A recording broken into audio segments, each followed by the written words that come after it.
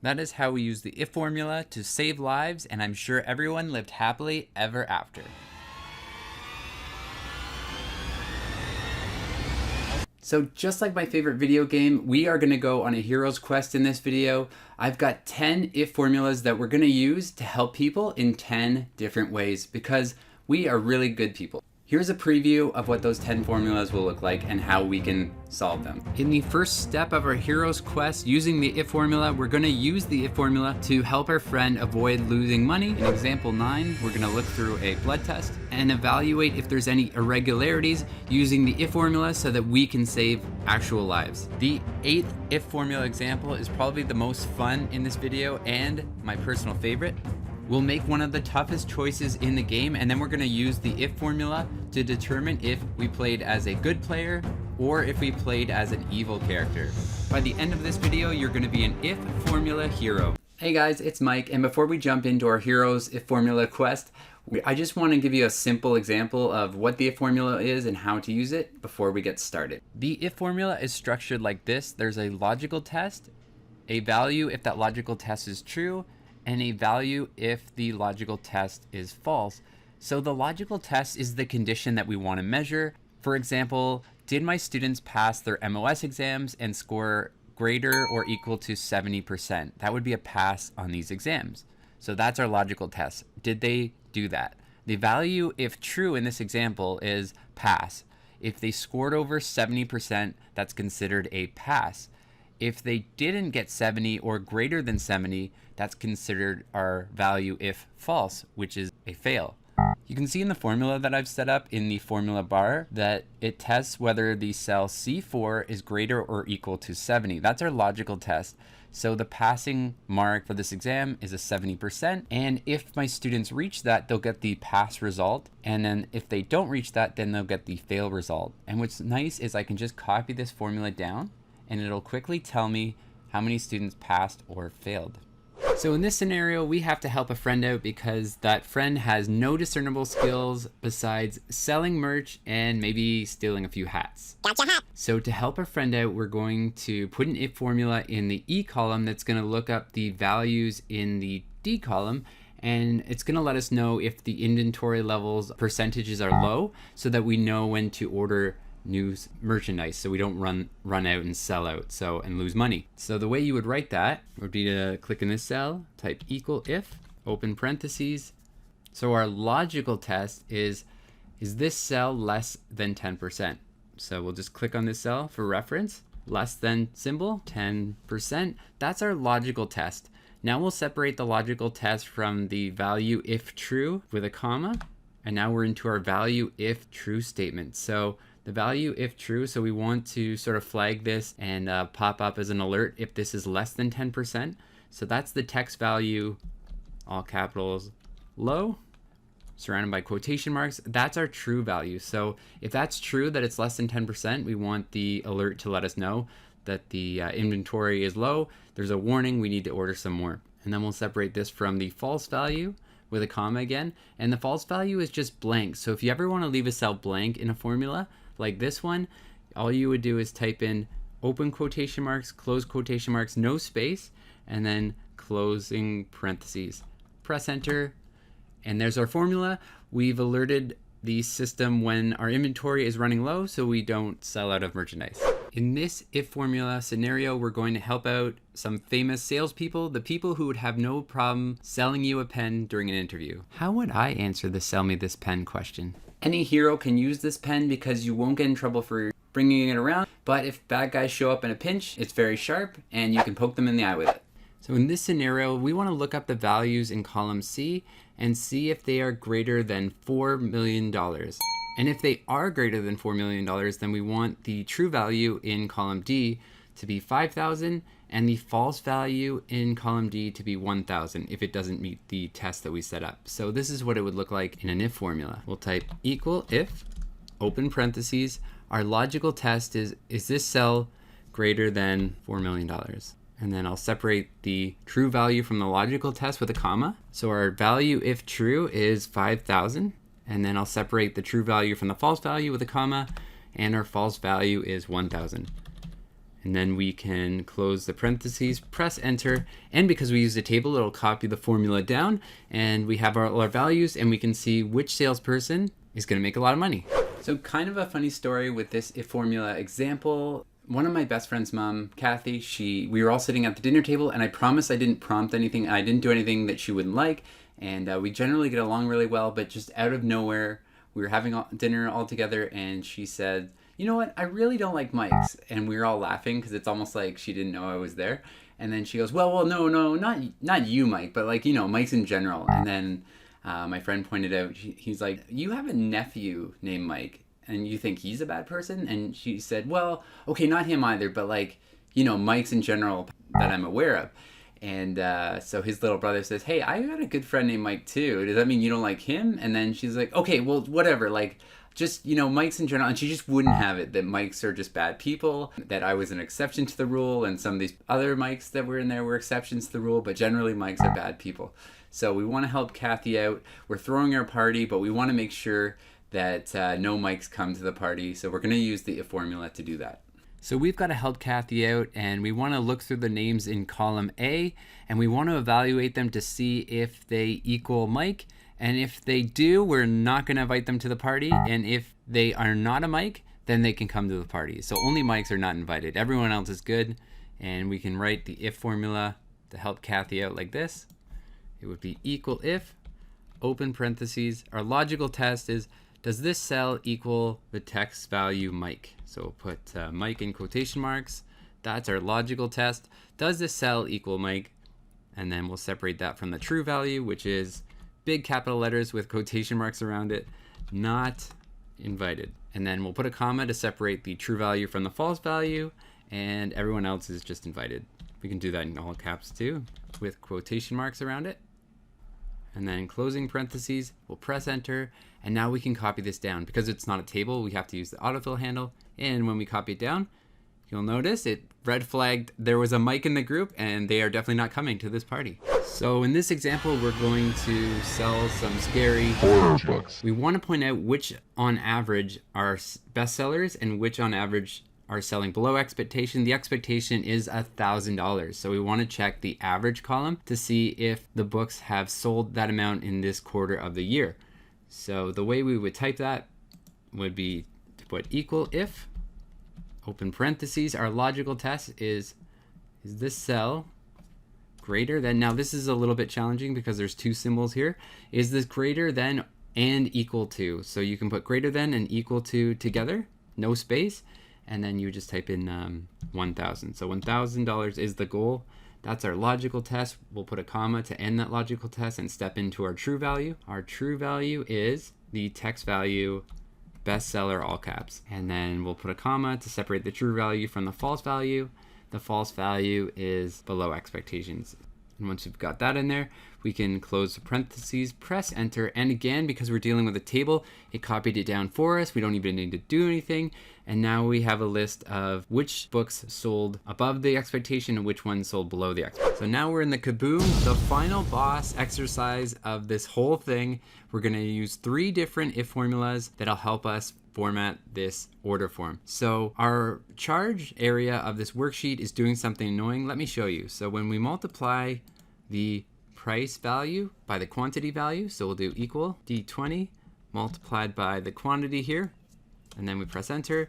It works out great, but then when we copy this down, we don't want zeros showing up in our empty cells. That looks annoying. We don't want to do that. If you're creating a worksheet yourself, you don't want to see a bunch of zeros. You just want to see, does it have a number or blank? So we can set the if formula up to automatically do that, and we don't have to really change much about the original formula. So what we're gonna do to make these zeros disappear is do an if function that evaluates the quantity value and only calculates it if it's a greater than 0. So blank cells are kind of considered 0, and that's why you're getting these zeros here, because it's like 0 times 0 equals 0 here. Well, we're not gonna calculate the values unless they're above, unless they're 1 or above. So the way you would do that in an if formula would be type equal if, open parentheses, and then our logical statement would be, does this cell have more than just like 0? So is it greater than 0 in this cell? And that's simply just our logical test The true value is the original formula, so we'll separate that with a comma. The true value is the regular formula. So if that's greater than 0, then there's a value there, and we know to calculate it. But if there's no number there, we don't want to show anything. And if you remember what we did a few worksheets ago, to show nothing, it's open quotation, close quotation. So we'll do that in our false statement here. So open quotation mark, close quotation mark. We'll close the parentheses to end the formula when we press enter, and then copy that formula down. Our zeros are going to disappear. Excel magic. So as someone who's working at Kaboom.com Fireworks, we want to offer our customers who spend over $200 a 10% discount, because that's what we want to do. Reward people who like blowing a lot of stuff up. Anyways, so in this discount cell, we want to apply a 10% discount to this cell if it's greater than $200. So we're going to reward our customers for purchasing fireworks over $200 worth of them. So the way we're going to do that is we're going to reference this cell up here, the 10% discount, and we're going to use that cell reference because if that discount ever changes, we don't have to go around changing our formulas. We just change that number, and then it'll change here as well. So when we type this in, it'll look like this, equal if, open parentheses, we're looking for the subtotal number, and if that subtotal number is greater than 200, that's our logical test. Our value, if true, is multiply this by the 10%. Okay, so that's our true value. If that's true, they did spend over that, then we're going to add a discount in this cell, whatever 10% multiplied by the subtotal is.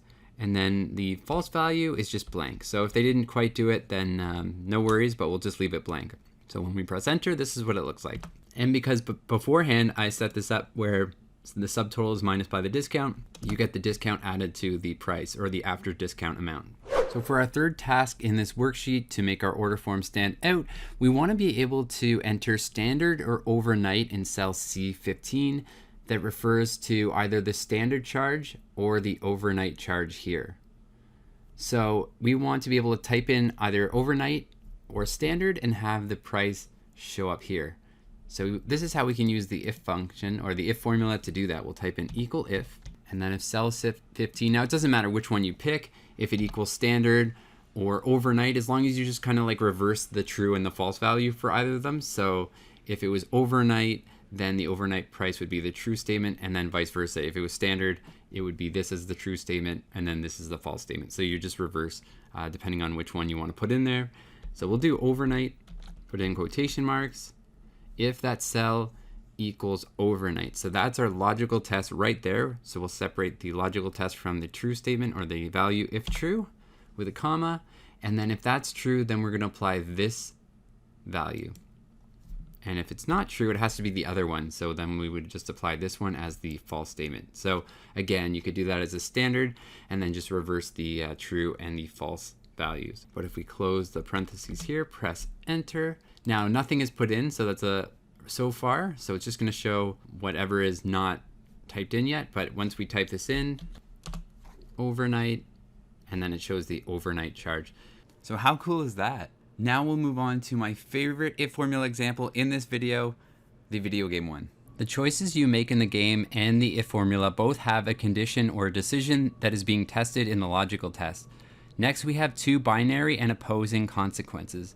One meets the condition and the other one doesn't. In the game, the logical test is usually the decision you have to make. So would you like to Spartan kick your enemy off a cliff? This is Sparta! And if it's true and you do that, as you saw, the enemy dies. And if you don't decide to do that, we have our false statement, and maybe you gain an ally. Now we've got my favorite if formula example in this video, the one that's going to help us make a very tough decision in one of my favorite video games. And we're also going to bring in my rage quit headphones. All right, let's do this. What do you want, Phoebe? You know Kausos? The town on the other side of the island? Why? People that are sick. And my friend Kina is too. There is a blood fever. They say it's a curse and they need help from the gods. I told you, I'm not a god. She's a demigod. But Ikaros Is a bird. that doesn't mean you can't help. All right. All right, I'll here we look go. into it. Here we The gods won't help you. The sickness must be destroyed by our hands. We have no choice. Help us! He got COVID. He won't let us go. What's going on? Kausos was consumed by plague. We couldn't keep up with the bodies. It was spreading. We had to intervene. They killed our brothers, our neighbors. We survived the massacre, but he'll kill us now. The gods have abandoned us. The sick must join the dead if we are to save the living. You burned the whole village? What's up with Many nights were lost praying. We had to take action. To scorch the blood fever out of Kausos. Is there no hope for a cure? Nothing has worked. Sacrifice. Prayers. Healers won't come near us. Soldiers won't let us leave. The gods won't answer our prayers. But I don't know anything about the plague. There is nothing you can do. No! If you intervene, I will be forced to defend the gods' wills. Save us from him. Have pity. We aren't even that sick. We'll get better. Nobody gets better. This is the only way all of Kefalonia will save itself from extermination. Please. We have children. Think of them. Don't regret stopping here, Mistios. I don't know, guys. This is really intense. So the game gives you two choices. Do you take on the priest? Do you fight them off and protect the family? Or do you let the priest do their thing because this family is sick? This is how I would assess the situation as we currently see it. So if we intervene, which is the logical test, so if we intervene, then the true statement of that would be we help the sick family. Although we probably don't want to be shaking hands with them. The false statement, if we do nothing, so if we don't intervene, the false statement is they will die. They will be executed. So that's how I kind of see the situation. Let's see how it would look like in an if formula. So this is how I would create that formula based on how I'm interpreting the situation. So in cell D3, I would type in equal if, open parentheses. So we want to reference this cell. Maybe the game is making you choose to type in cell D6, whatever your choice was, instead of just like clicking one of these. So you have to actually like type it in. So in this cell, does it contain the phrase, let these people go? So is that your choice? Okay, so just like the kind of mic example, we're trying to flag if that's the response that we're getting. So the true value would be the family doesn't die, because that's all we know right now. So if we intervene and we say let these people go, then they will live. So we'll type that in as a true value. And then the false value would be the family dies, because if we do nothing, then the priest will execute them. Quotation marks, close parentheses, press enter. Okay, so right now the family dies, and it's true because if you didn't show up, then the family would die, but you just wouldn't know about it. So, but if you intervene and say, so we're gonna choose to intervene and then press enter, we save the family, and I'm sure everyone lives happily ever after.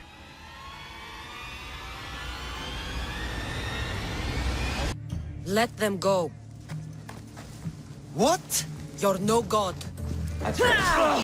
Yeah, okay, so we quickly destroy the priest. Bam. And now we meet up with the family. You're a hero. Yeah, we are. We're That good priest people. came from the underworld. Some man of the Yeah, we gods. destroyed them. All The right. real god sent you. See, we did the Time good to thing. go. Best outcome. We're well enough to travel. We're good people. This But is the need best outcome healing. ever. About that. Just travel see? safely. What are you doing? Why would you do that? You're supposed to remain socially distanced. No, they're playing. Okay, so shaking hands with a sick person won't affect our character, but we just let them go, travel around an island, and they have no concept of social distancing if they're shaking hands. So this could go really poorly for us. And sure enough, later in the game, this is what happens. Oh no. In all the excitement, Oh, here I it is. nearly forgot. Oh, Terrible things have happened to your home. no. Oh, I meant Kefalonia. no. A sickness has Oh, spread no. across the island. Oh. They say it started in Kausos. There doesn't seem to be a cure. Many have died. You're a bad man. You're a very bad man.